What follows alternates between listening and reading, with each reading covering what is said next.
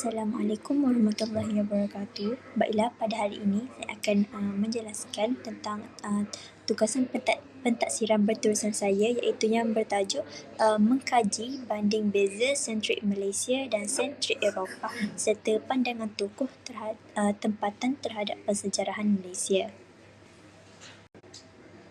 Terlebih dahulu, saya akan memperkenalkan diri saya, iaitu saya Nurhash Ella binti Sukri. Saya dari unit sejarah 1 dan kod bagi tugasan ini ialah SGHK 3203, iaitu Persejarahan Malaysia. Pensyarah bagi subjek sejarah ini ialah Encik Hasnul Hadi bin Tengah. Baiklah, kita pergi kepada pengenalan terlebih dahulu.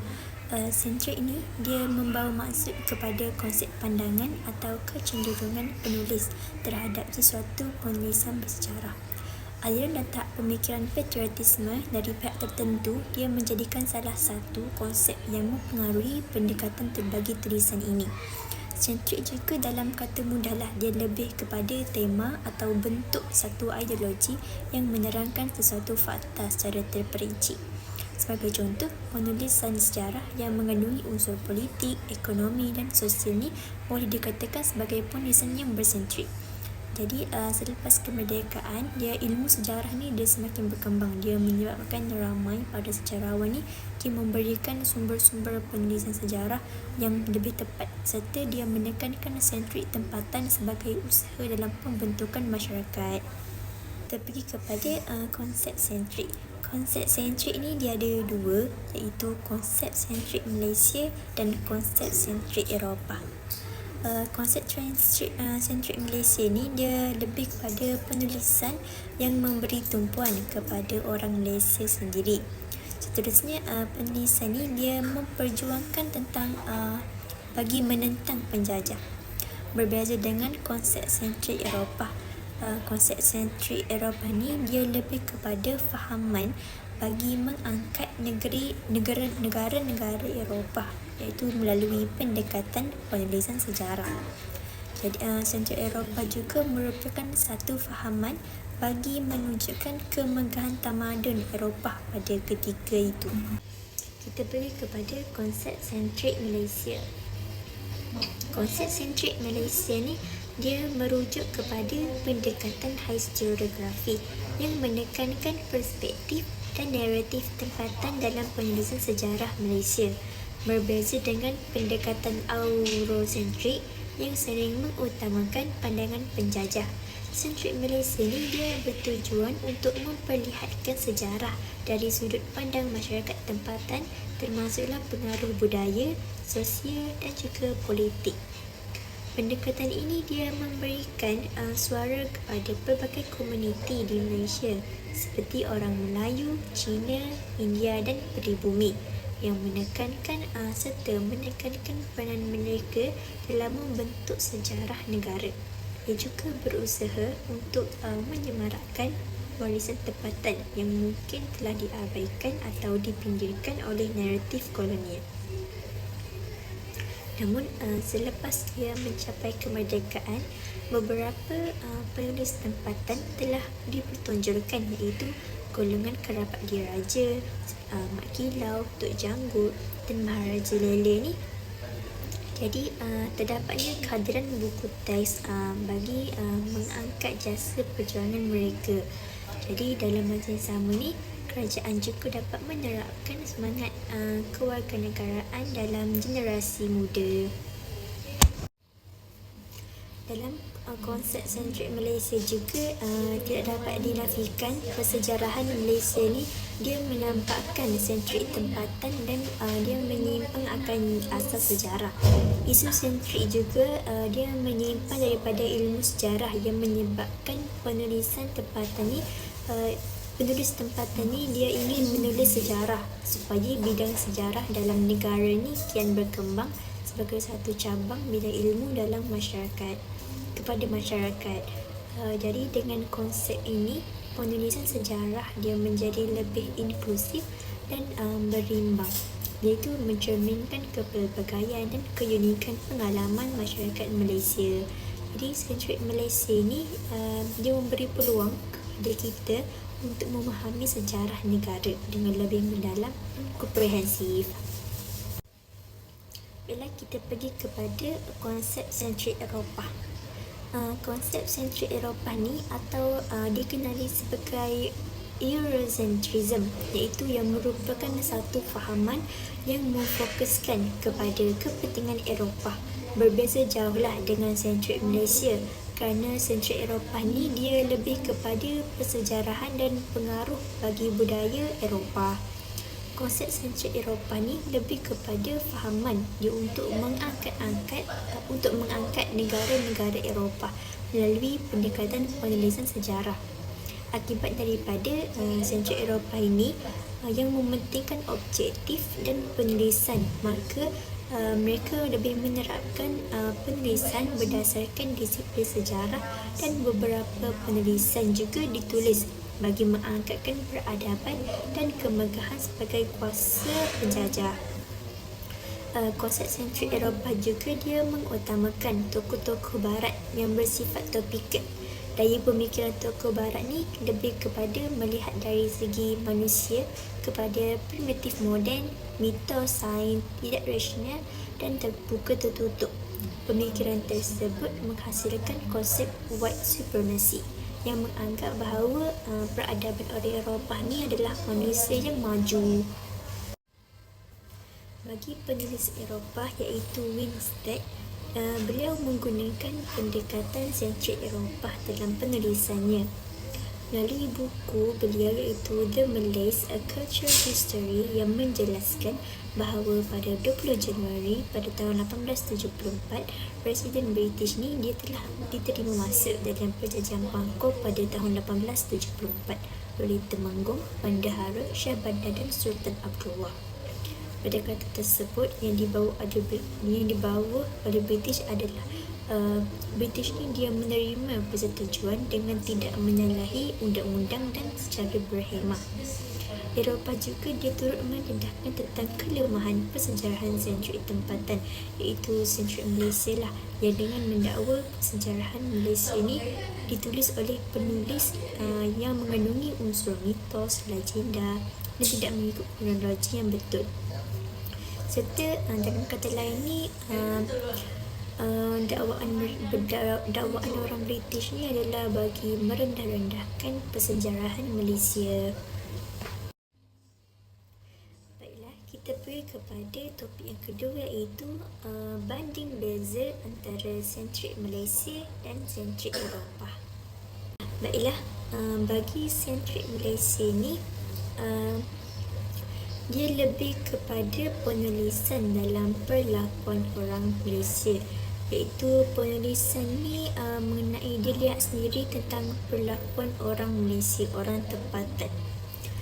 Seterusnya, penulisan dia berbentuk sentrik Malaysia yang memusatkan pandangan terhadap masyarakat tempatan, iaitu dilihatlah pandangan melalui rakyat tempatan sendiri, bukan daripada masyarakat ataupun orang lain.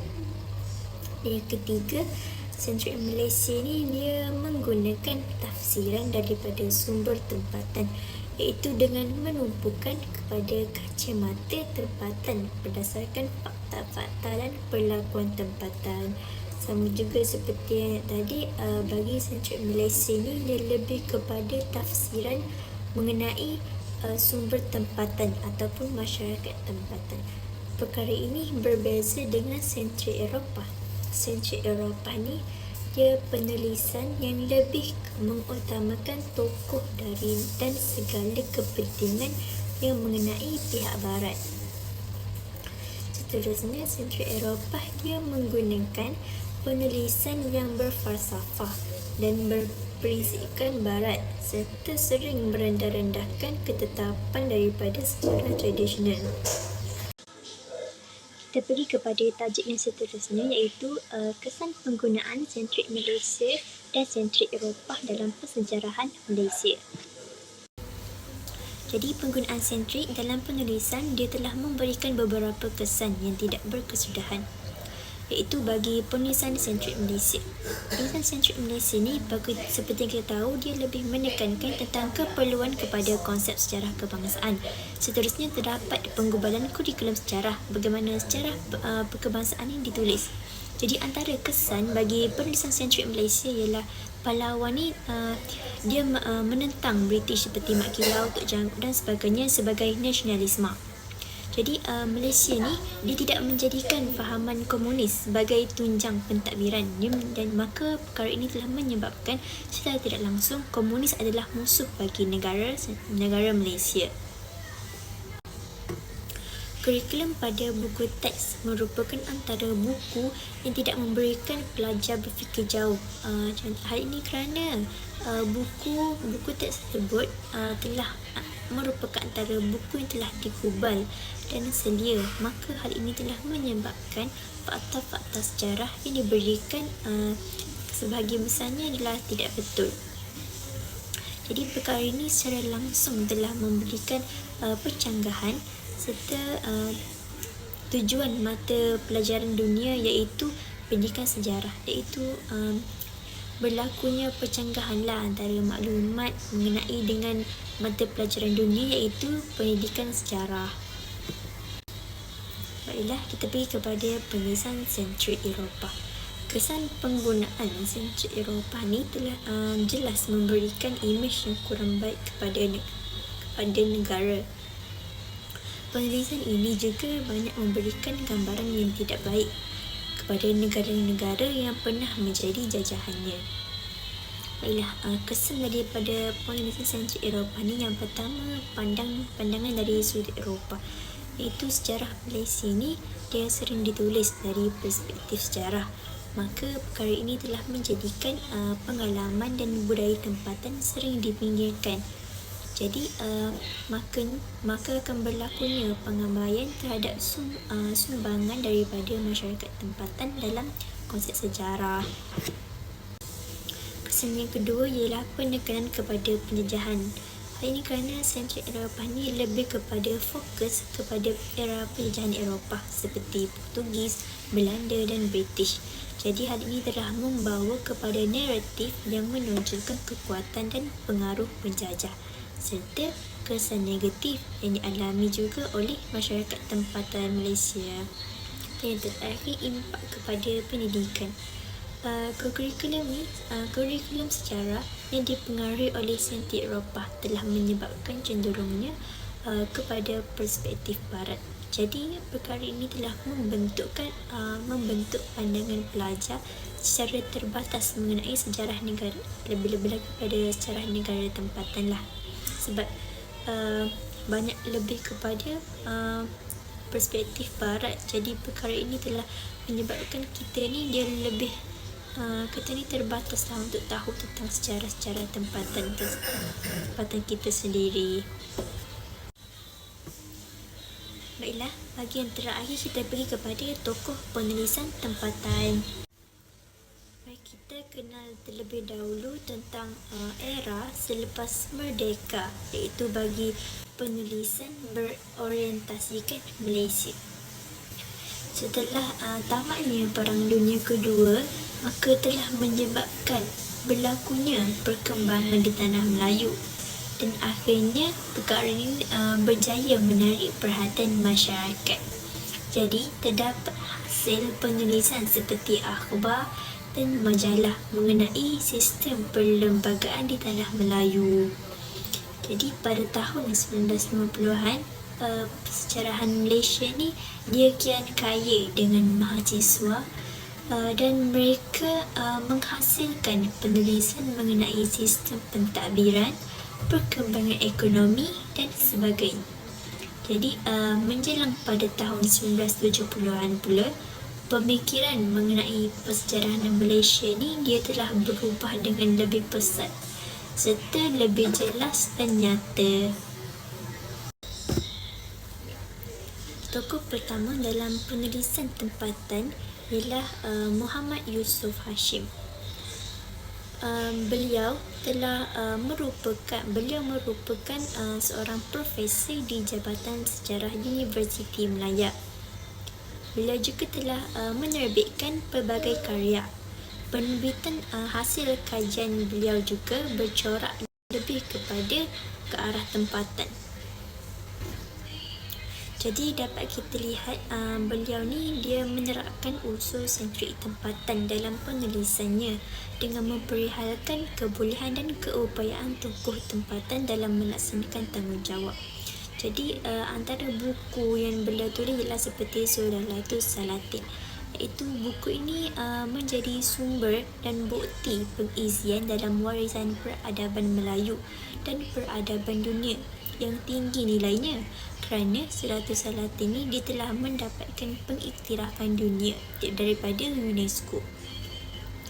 Seterusnya beliau juga melaksanakan kajian dalam penulisannya mengenai Kesultanan Melayu Melaka, iaitu kajian aspek tentang Melaka pada abad ke-15 dan abad ke-16 dalam sejarah Malaysia.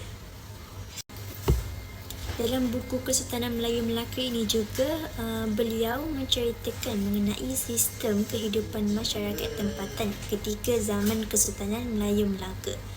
Seterusnya beliau juga dia menyentuh perihal tentang kebolehan dan keupayaan tokoh tempatan dalam melaksanakan tanggungjawab para mesuara pada ketika itu. Tokoh tempatan yang kedua iaitu Ko Kay Kip. Beliau dilahirkan pada tahun 1937 pada 28 Mac di Kampat, iaitu di negeri Perak. Pangkat beliau ialah beliau merupakan sejarawan Malaysia yang terkenal serta beliau juga mendapatkan gedaran terhormat iaitu Emeritus dari Universiti Malaya. Beliau juga berkelulusan sarjana sejarah iaitu pada tahun 1997 dan Doktor Falsafah pada tahun 1974 dari Universiti Malaya. Beliau juga merupakan antara salah seorang penulis yang merangka rukun negara. Berikut merupakan antara karya-karya yang telah ditulis oleh beliau, iaitu berkaitan dengan penulisan berkaitan perkembangan negeri dan penulisan berkaitan perkembangan ekonomi, sosial, politik dan negeri-negeri Melayu.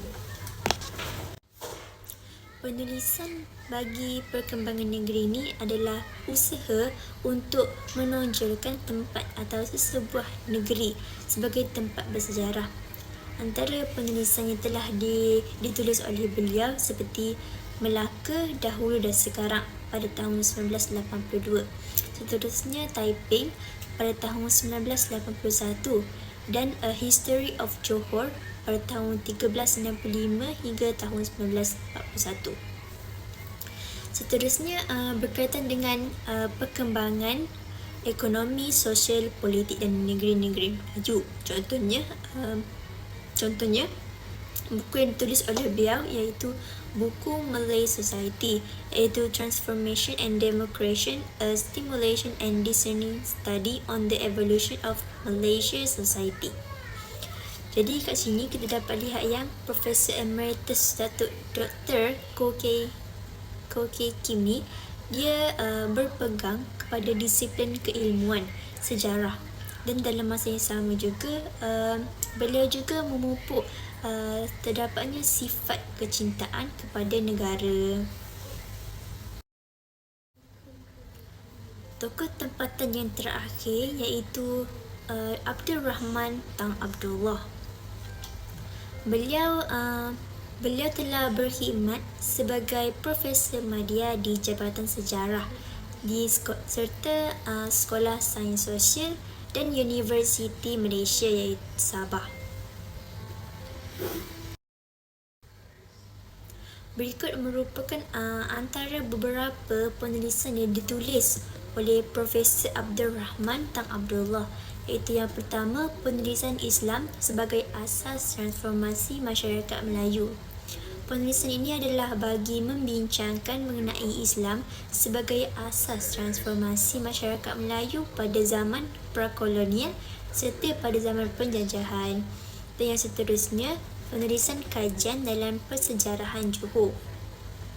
Tujuan bagi penulisan ini adalah menunjukkan hikayat Johor yang merupakan sebuah karya yang bernilai dan boleh dijadikan sebagai sumber penting dalam persejarahan Johor moden.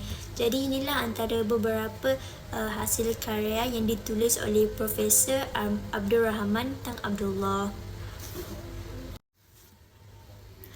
Kita pergi kepada kesimpulan dalam tugas saya ini, iaitu saya dapat jelaskan bahawa konsep sentrik Malaysia dan sentrik Eropah ni mewakili dua pendekatan yang berbeza dalam penulisan sejarah. Sentrik Malaysia ni dia lebih kepada menekankan perspektif tempatan serta memberikan suara kepada pelbagai komuniti dan menonjolkan pengalaman serta budaya masyarakat setempat. Dia juga berusaha untuk mengimbangkan naratif sejarah dengan menekankan sumbangan dan pandangan masyarakat tempatan yang mungkin diabaikan oleh pendekatan kolonial. Sebaliknya, sentrik Eropah ni dia cenderung untuk mengutamakan pandangan dan pengalaman penjajahan Eropah. Pendekatan ini seringkali meminggirkan atau dia merendahkan sejarah Malaysia dan budaya tempatan. Sentrik Eropah ni juga dia lebih kepada menonjolkan peranan dan pengaruh negara-negara Eropah dalam sejarah global. Jadi kesimpulannya, memahami kedua-dua pendekatan ni sangat pentinglah untuk menulis dan menilai sejarah dengan lebih mendalam dan seimbang. Dengan menghargai perspektif tempatan ni, melalui konsep sentrik Malaysia, kita dapat memperkaya dan memperluaskan pemahaman kita tentang sejarah dan identiti yang pelbagai. Jadi, kita juga dapat membina bangsa Malaysia yang mempunyai nilai patriotisme yang tinggi. Baiklah, itu sahaja daripada saya. Sekian, terima kasih.